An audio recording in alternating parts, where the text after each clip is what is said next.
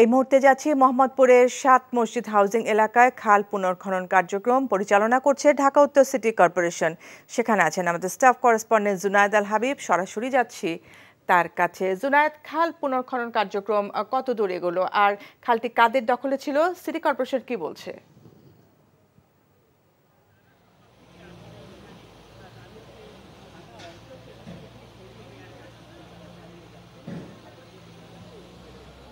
ফারজানা, আসলে গত বৃহস্পতিবারে যে উচ্ছেদ অভিযান শুরু হয়েছিল রাজধানীর ৭ মসজিদ হাউজিংয়ে, এখন জন্ম সনদ দিয়ে খোলো বিকাশ স্টুডেন্ট অ্যাকাউন্ট।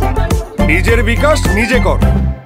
আপনি জানেন যে আলোচিত সাদিক অ্যাগ্রোর যেই অবৈধভাবে সিটি কর্পোরেশনের খাল দখল করে স্থাপনা নির্মাণ করেছিলেন এবং সেই স্থাপনা ইতোমধ্যে তারা যে অংশটুকু উচ্ছেদ করেছেন সেই অংশটুকুতে অর্থাৎ খাল ছিল, যে খালটি আপনারা এখন পেছনে দেখছেন যে এখন পুনর্খনন করা হচ্ছে। অর্থাৎ এখানে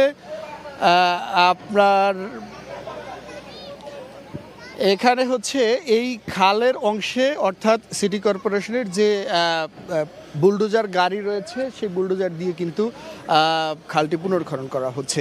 আর আপনাকে জানিয়ে রাখি, আসলে এখন যে খালটি যেখান থেকে পুনর্খনন করা হচ্ছে এখানে মূলত আসলে স্থাপনা ছিল না। এখানে যে সাদিক অ্যাগ্রোর পশুর যে বর্জ্য ফেলা হয়েছে এই খালটির ভেতর, এবং সেই বর্জ্যের কারণে খালটি কিন্তু ভরাট হয়ে গিয়েছিল এবং সেই কাজটি কিন্তু এখন সিটি কর্পোরেশনকে আবার করতে হচ্ছে।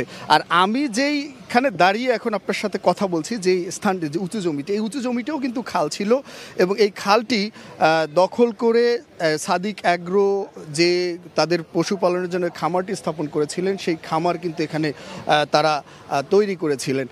তো সব কিছু মিলিয়ে আসলে আজকের এই খাল পুনর্খনন কার্যক্রম চলছে এবং আমরা যতটুকু জানতে পেরেছি সাদিক অ্যাগ্রোর কিছু অংশ এখনও উচ্ছেদ বাকি রয়েছে। সেই উচ্ছেদ কার্যক্রমও সিটি কর্পোরেশনের পক্ষ থেকে চালানো হবে এবং ইতোমধ্যে দুটি বুলডোজার কিন্তু আমরা দেখছি যে এখানে এনে প্রস্তুত রাখা হয়েছে। ফারজানা।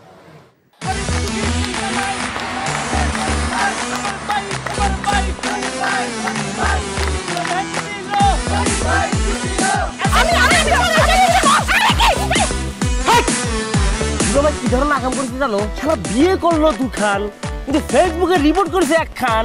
মেজাজটা আমার তো হট হয়ে রয়েছে অনেক আগ থেকে। আমি আমার জান পাখি, সোনা পাখি, টিয়ে পাখি, কি করতেছো? ফেসবুকে একটা পোস্টে অ্যাংরি রিঅ্যাকশন দিছিল। Don't touch my body. বড় বউয়ের প্রতি অনেক কি বেশি না মায়া মহব্বত? যাও তারে গিয়া দেখাও, আমার কাছে আইছো কেলা? প্রথমে আমার ঘরে না এসে আমার চোখের সামনে দিয়ে গট গট করে ছোট বউয়ের রুমের মধ্যে চলে যাও কোন সাহসে?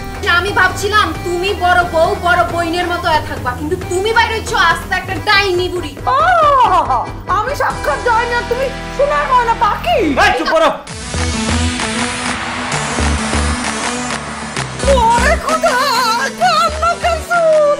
গুলশান বনানীর মায়েরা যেমন চুল কালার করে না, আমার তো মনে হইতেছে গনি মিয়া কোনো গুলশান বনানীর মডার্ন মায়ের প্রেমে পড়ছে।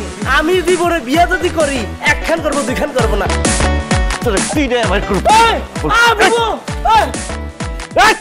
কি করতেছ? আরে বাইরে করতে বাইরে যা কইছি শুনো, গড়তে বাইরে তুমি কি করতেছ? তুমি কোথায় যাচ্ছ স্বামী আমার? হ্যাঁ, তুমি ছাড়া মোর কোনো গতি নাই, তোমার ঘরে একটুখানি দাও ঠাই। দেখাই দিচ্ছে ছোট বউ তার আসল রূপ, নাগিনী সাপিনী। শুনছি ভালোবাসা টিকে থাকে বিশ্বাসের উপর। আমার উপর তোমাদের সেই বিশ্বাস ছিল, আজকে দেখতেছি আমার উপর আর কোনো বিশ্বাস নাই। যেহেতু বিশ্বাস নাই, তোমাদের সাথে থাকার কোনো ইচ্ছা আমার নাই।